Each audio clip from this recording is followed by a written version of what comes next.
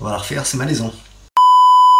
Wesh les postos, bene ou bene, comment que c'est cette semaine? Moi les gars, ça va plutôt pas mal hein, au cas où ça intéresse quelqu'un hein. Bon, techniquement au moment où sort cette vidéo, on est en pleine période de rentrée les gars. Les vacances sont terminées, elles sont derrière nous. Et quoi de mieux pour commencer cette rentrée que de faire un nouveau CV?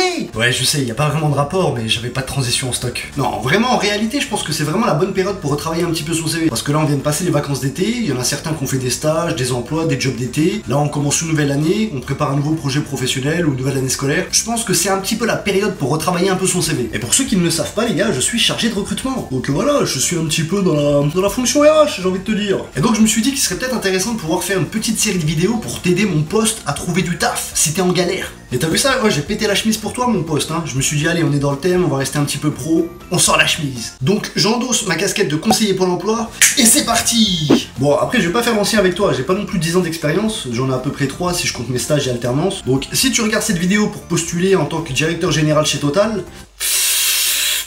on va pas se mentir, cette vidéo elle est peut-être pas faite pour toi. Mais au contraire, si tu cherches peut-être un stage, un job d'été ou un premier emploi, eh ben mec, je vais te donner des conseils qui peuvent t'aider. Bon après mon poste ne prend pas pour argent comptant tout ce que je te dis. Moi c'est mes conseils, c'est ce qui me semble le plus pertinent, c'est ce que j'ai remarqué en discutant avec d'autres recruteurs et mon expérience personnelle. Donc après tu fais ce que tu veux, si t'es pas d'accord avec un point ou un autre, à toi de voir mon gars. Alors j'ai décidé de diviser cette série de vidéos en 3 épisodes, une petite trilogie mon poste. Donc la première qui va traiter des 7 erreurs à éviter quand on fait son CV, c'est celle que tu t'apprêtes à regarder. La deuxième vidéo traitera de la lettre de motivation et comment bien rédiger une bonne lettre de motivation. Et enfin la troisième c'est un petit peu tu vois le bout du tunnel et je vais vous expliquer comment bien préparer un entretien d'embauche. Bon allez assez de blabla, place à la vidéo, c'est parti. Mon premier conseil mon poste c'est de faire un CV personnalisé. Alors je m'explique, il faut que tu adaptes ton CV en fonction du poste pour lequel tu postules. Puisqu'en fonction de l'opportunité, bah tu vas peut-être développer certaines missions, tu vas peut-être en supprimer d'autres, tu vas peut-être accentuer certains détails par rapport à tes compétences. Voilà, faut vraiment que tu adaptes en fonction de l'endroit où tu vas envoyer ton CV. Et il faut que tu fasses clairement apparaître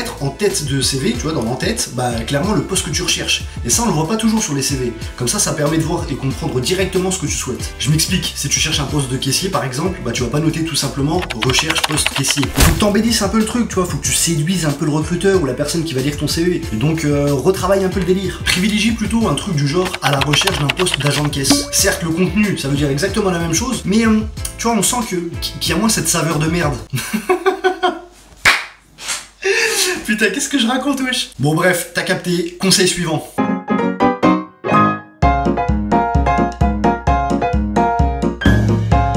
Deuxième conseil mon poste, c'est clairement d'éviter les CV trop longs ou trop courts. Idéalement une page voire 2. En France, c'est vrai que surtout quand on est un jeune diplômé, on est dans ses premières années d'expérience, une page c'est propre. Donc tu te démerdes, tu supprimes des trucs, tu compresses, tu détailles peut-être moins certaines choses, mais tu te débrouilles pour faire une page, voire 2. Pas plus parce qu'après c'est trop long et ça saoule. Clairement. Donc soigne ta présentation, fais un CV aéré, saute des lignes, évite les polices chelous, les couleurs cheloues. Voilà, si tu veux un peu de fantaisie, fais-toi kiffer, mais pars pas trop loin dans le délire. Parce que je t'assure, des fois je vois des CV, mon poste, je pète un câble. Et justement, j'avais fait une vidéo il y a quelques temps sur les pires CV que j'avais trouvé. Je t'invite à la regarder, je vais te la mettre en description.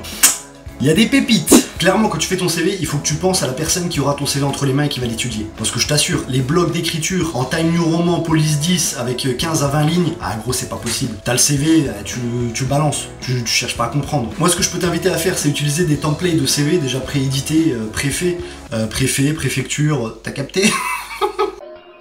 Non.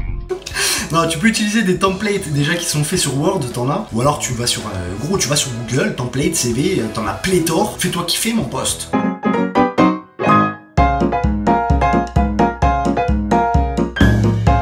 Troisième conseil les gars, là on va parler du contenu d'émission. T'évites le blabla. Comme je t'ai dit tout à l'heure, c'est pas une biographie, tu vois les gros pavés là, c'est mort, t'oublies. Tu vas juste lister clairement sous forme de bullet point ou de tiré, les missions que t'as effectuées, les tâches que t'as effectuées. Et là clairement dans le listing de tes missions, il faut que tu utilises des mots-clés, tu vois des punch words, des mots qui vont puncher le recruteur, tu vois, qui se disent ah le mec sait de quoi il parle. Donc moi ce que je te conseille de faire, c'est en même temps que tu fais ton CV, tu prends une feuille blanche et tu notes tous les mots importants liés au poste que tu occupes, aux missions, à l'opportunité que t'as vue sur internet, tu vois la job desk, tu notes tous les mots qui vont te servir et que tu vas pouvoir replacer un petit peu dans ton CV pour upgrade un peu tes missions. Ça c'est vraiment important parce que quand le recruteur va balayer tu vois ton CV, ses yeux ils vont se poser directement sur tel mot et le gars il va se dire tout de suite ah là il a les mots clés dans le CV, c'est pas un rigolo, il sait de quoi il parle. Regarde tout simplement on va prendre l'exemple du gars qui travaille chez Carrefour, voilà, qui fait de la mise en rayon. Là sous forme de bullet point, faut pas qu'il mette j'ai rempli les rayons, j'ai parlé avec les clients. Non c'est bidon, tu sens que ça pue la merde. Non, il faut utiliser des termes clés. Bon je les connais pas forcément mais il va falloir qui disent mise en rayon, réassort,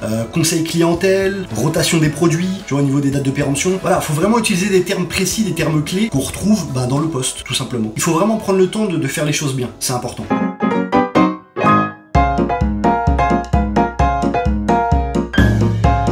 Quatrième conseil les gars, la photo. Obligatoire, pas obligatoire, conseillé, déconseillé.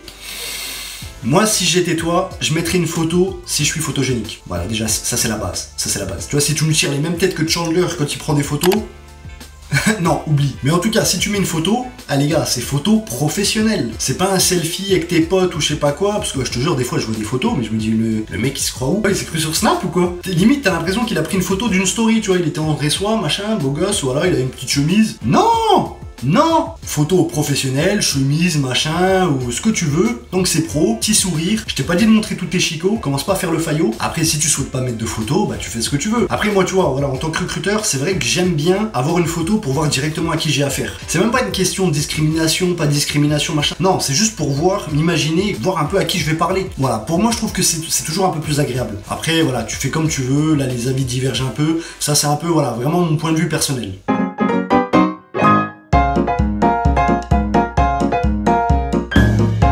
Cinquième conseil, les posts. Bon, celui-là il va être vraiment rapide. Vraiment essayez de rendre vivant votre CV. Surtout voilà, en fonction des postes pour lesquels tu postules. Voilà, si tu postules sur un truc de designer et tout, essaye de faire une présentation un petit peu léchée, un peu beau gosse, un truc propre quoi. Après voilà, quand tu postules sur des fonctions un petit peu classiques, vraiment réglementées, cadrées, un truc d'avocat ou je sais pas quoi, bah, c'est vrai que c'est toujours préférable de privilégier un petit peu la sobriété. Donc voilà, essaye d'être un petit peu original sans rentrer dans l'exagération.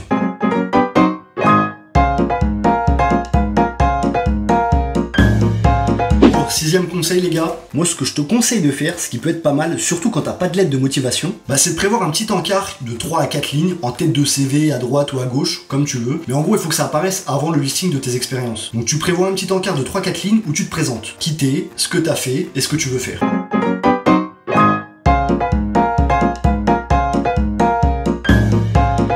Septième et dernier conseil les gars. Bon non c'est vrai, j'en ai prévu un petit huitième pour toi. Ouais, je suis généreux gros, je suis généreuse comme ça. Donc septième conseil les mecs, c'est de respecter une certaine forme de chronologie. Voilà, il y a une règle d'usage dans les CV qui fait qu'on doit parler toujours du plus récent et aller au plus ancien. Moi c'est ce qu'on m'a toujours expliqué que j'ai commencé à faire mes premiers CV, c'est ce que je respecte toujours. Donc que ça soit dans les diplômes, les formations, les expériences professionnelles, je parle toujours du plus récent et je vais au plus ancien, tout simplement.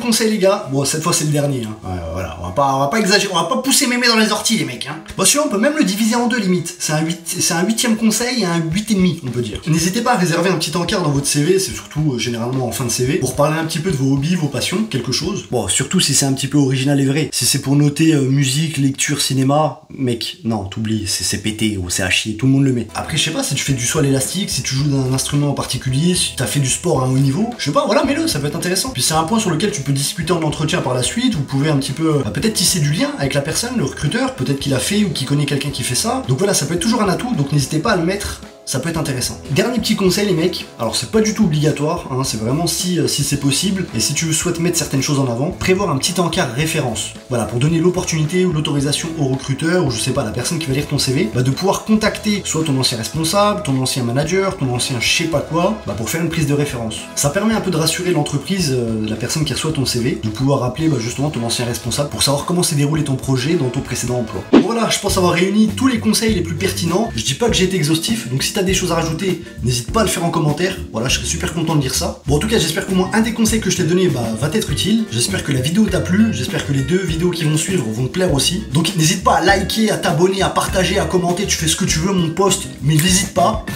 C'était tout pour moi. On traitera dans la prochaine vidéo la lettre de motivation. Je vous dis à la prochaine. Passez une bonne journée, passez une bonne après-midi. Faites ce que vous voulez. Peace! Appelle pareil, estoy el rey.